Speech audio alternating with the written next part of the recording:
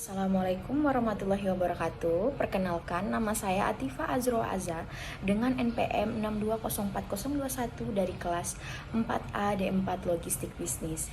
Di sini saya akan mempresentasikan hasil kerja saya mengenai asesmen halal green logistik. Di sini dua topik. Assalamualaikum warahmatullahi wabarakatuh. Perkenalkan, nama saya Atifa Azro Azhar dengan NPM 620421 dari kelas 4A D4 Logistik Bisnis. Di sini saya akan mempresentasikan hasil kerja saya mengenai asesmen halal green logistik. Di sini dua topik. Assalamualaikum. Yang saya ambil yaitu yang pertama green purchasing dan bagaimana pengimplementasiannya dalam perusahaan logistik, dan yang kedua ada reverse logistik dan bagaimana pengimplementasian reverse logistik itu sendiri di perusahaan tentunya. Baiklah, pada topik yang pertama yang akan saya bahas yaitu mengenai green purchasing. Yang saya ambil yaitu yang pertama green purchasing dan bagaimana pengimplementasiannya dalam perusahaan logistik, dan yang kedua ada reverse logistik dan bagaimana pengimplementasian reverse logistik itu sendiri di perusahaan tentunya. Baiklah, pada topik yang pertama yang akan saya bahas yaitu mengenai green purchasing. Yang saya ambil yaitu yang pertama green purchasing. Baik, masuk kepada penjelasan yang pertama mengenai definisi dari green purchasing itu sendiri.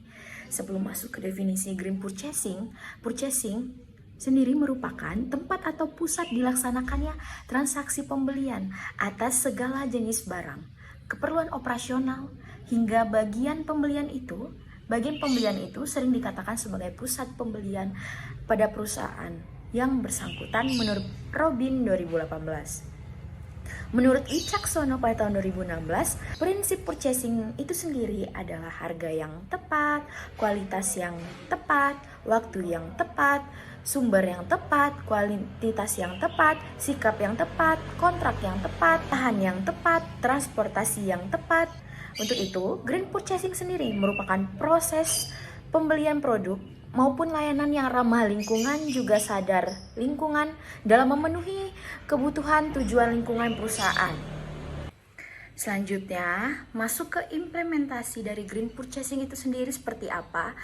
Di salah satu jurnal yang saya ambil yaitu mengenai tentang Discovery Kartika Plaza Hotel yang beralamat di Jalan Kartika Plaza, Kecamatan Kuta Selatan, Badung, Bali.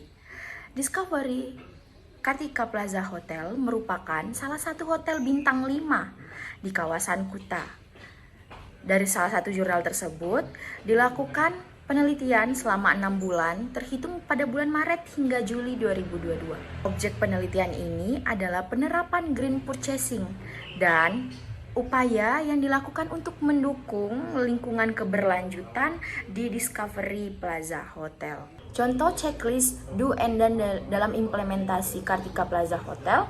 Contohnya yaitu membeli minuman yang kemasannya dapat didaur ulang. Tentunya dengan membeli kemasan yang dapat didaur ulang itu mengurangi limbah pada Discovery Kartika Plaza Hotel. Yang kedua, serbet yang dipakai untuk mengelap meja pada restoran yaitu serbet yang sering bisa dipakai berulang kali, bukan serbet seperti tisu yang hanya bisa dipakai sekali setelah itu dibuang. Kemudian yang ketiga, mengganti bola pijar dengan lampu neon, yang tentunya lampu neon itu lebih hemat energi. Untuk kelompok dan yaitu tidak membeli peralatan makan yang sekali pakai tentunya, dan juga bahan seperti styrofoam serta barang-barang yang terbuat dari lilin yang tidak dapat didaur ulang. Kemudian yang kedua, tidak membeli cat berbahan dasar minyak, tentunya dapat merusak lingkungan. Kemudian yang ketiga ada tidak membeli aerosol.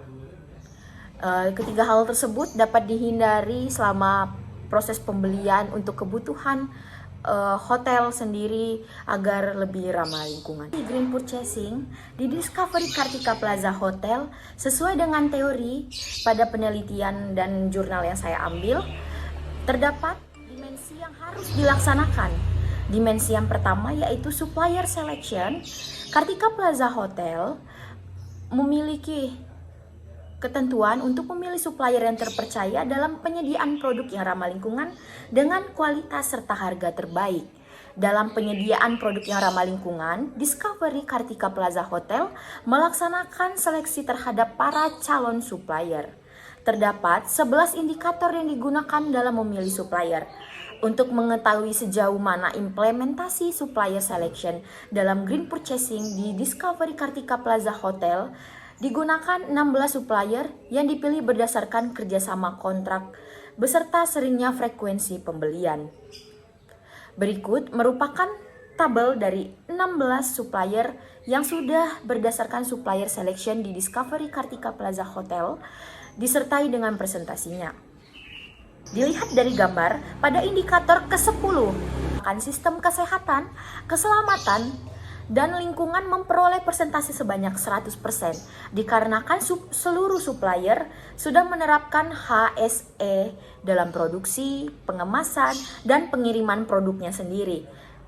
Dalam indikator ke-11, penilaian berdasarkan manajemen mutu memperoleh persentase sebanyak 100% pula.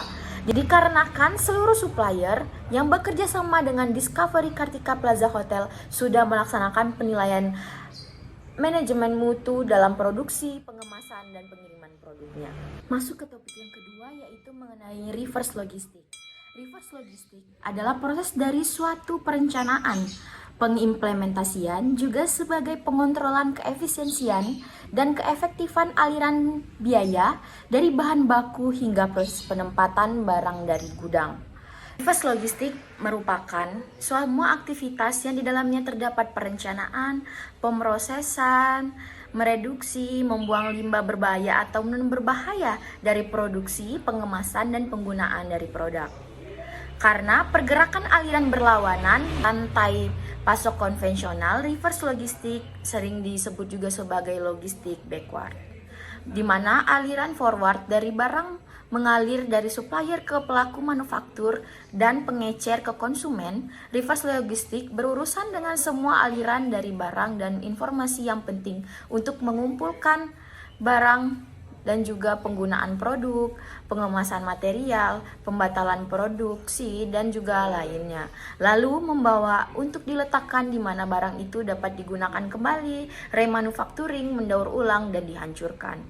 Dalam kasus reverse logistik ini dapat kita ambil contoh yaitu pada PT Salim Infomas Pratama Tbk Bitung, Sulawesi Utara, atau yang lebih dikenal sebagai Bimoli, atau perusahaan yang memproduksi produk seperti minyak goreng, margarin, shortening, dan produk-produk turunan dari proses penyulingan dan fraksinasi crude palm oil. Bimoli secara khusus merupakan merek yang telah digunakan luas dan merupakan merek yang telah meraih berbagai penghargaan, baik untuk kualitas maupun penghargaan di bidang lainnya. Namun di dalam pendistribusiannya, produk retail seringkali terdapat berbagai produk yang cacat. Produk yang cacat, yang rusak akibat kondisi di jalan yang rusak sehingga tidak dapat dikonsumsi. Dan masalah lainnya yaitu pihak perusahaan lambat dalam perputaran produk sehingga mengakibatkan daya tahan produk yang berkurang hingga expire. Terakhir, perusahaan Bimoli sendiri bagaimana mengolah dari limbah yang ada. Tentunya pihak manajemen juga menjelaskan bahwa perusahaan berkomitmen untuk menangani masalah limbah yang ada menjadi dua golongan terpisah, yaitu yang pertama untuk limbah cair, perusahaan menyediakan lokasi treatment yaitu low plant atau tempat pengolahan limbah cair agar limbah aman untuk dibuang tanpa mencemari lingkungan sekitar. Yang kedua yaitu untuk limbah B3. Perusahaan mengalokasikan tempat yang ditentukan yaitu TPS, tempat penyimpanan sementara. Kemudian setiap 3 bulan limbah dari B3 akan dikirim keluar kota untuk diolah kembali. Contoh, limbah B3 terdapat dalam perusahaan yaitu fly ash, bottom up, dan juga blotong. Itulah topik yang saya ambil dalam asesmen halal green logistik.